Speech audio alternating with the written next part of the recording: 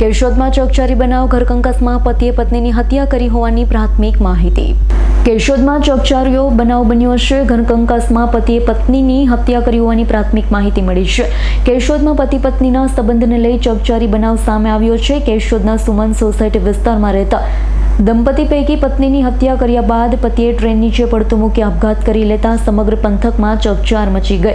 પ્રાપ્ત વિગત મુજબ કેશોદ તાલુકાના શેરગઢ ગામના વતની અને કેશોદ અર્બન હેલ્થ સેન્ટરમાં લેબ ટેકનિશિયન તરીકે ફરજ બજાવતા ગિરીશભાઈ બાલશ ઉંમર વર્ષ 27 વેરાવળ બાંદ્રા ટ્રેન નીચે પડતું મૂકી આપઘાત કર્યો। રેલવે પોલીસે મૃતકની ઓળખ મેળવ્યા બાદ તેમના મોબાઈલ ફોનની તપાસ હાથ ધરી મોબાઈલમાં પત્નીની હત્યા કર્યાનો વિડીયો મળી આવતા રેલવે પોલીસે તાત્કાલિક કેશોદ પોલીસને જાણ કરી હતી। માહિતીના આધારે કેશોદ પોલીસે સુમન સોસાયટી ખાતે મૃતકના ઘરે તપાસ કરતા વિજયાબેન ઉર્ફે વિપુલાબેન ગિરીશભાઈ બાલાશનો મૃતદેહ મળી આવ્યો।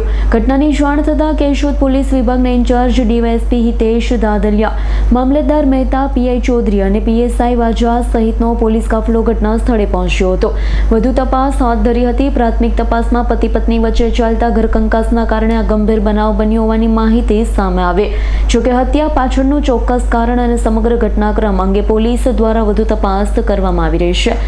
મૃતક પતિ પત્નીના લગ્ન જીવનના આશરે 4 વર્ષ થયા હોવાનું પણ સામે આવ્યું છે। જી સાહેબ, આપનું નામ અને શું ઘટના બની? મારું નામ Kadarbhai Kalubhai, police constable, railway police, Keshod.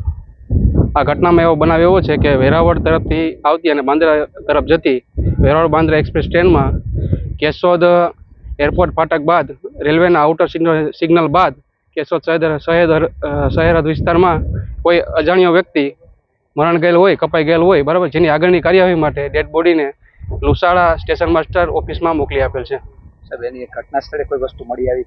ઘટના સ્થળે એક બાઇક મળી આવેલ છે અને આ બાબતની આગળની તપાસ રેલવે હદ વિસ્તારમાં ન આવતી હોય, આઉટર સિગ્નલની બાદ હોય, જેથી સિટી હદ વિસ્તારમાં આવતી હોય તો સિટી પોલીસ કાર્યવાહી આગળની કરશે। આજે બપોરના સમયે કેશોદ પોલીસ સ્ટેશન ખાતે કેશોદ રેલવે તરફથી જાણ કરવામાં આવેલી કે ફાટક પાસે એક યુવાનની ડેડ બોડી રેલવેના ટ્રેક પર સુસાઇડ કરવા માટે આવેલો અને કપાઈ ગયેલી હાલતમાં મળેલી છે। આથી કેશોદ પોલીસ પીઆઈ શ્રી તેમની ટીમ સાથે ઘટના સ્થળે રવાના થયેલા અને આ યુવાનના જે ડેડ બોડી છે તેને સિવિલ હોસ્પિટલ ખાતે લઈ આવેલા। વધુમાં આ ઘટના સ્થળેથી યુવાનનો મોબાઈલ મળી આવેલો। આ મોબાઈલ ચેક કરતા તેમાં એક વિડીયો હોય અને આ વિડીયોમાં આ યુવાને પોતે છે એ ટ્રેનમાં કપાઈ અને આત્મહત્યા કરે છે। આ ઉપરાંત તેને કેશોદ ટાઉનમાં પોતાનું જે ભાડાનું મકાન છે ત્યાં પોતાની પત્ની વિપુલાબેન ઉર્ફે વિદ્યાબેનની ગળું દબાવી અને હત્યા કરી હોય તેવું પણ કબૂલાત આપતો હોય।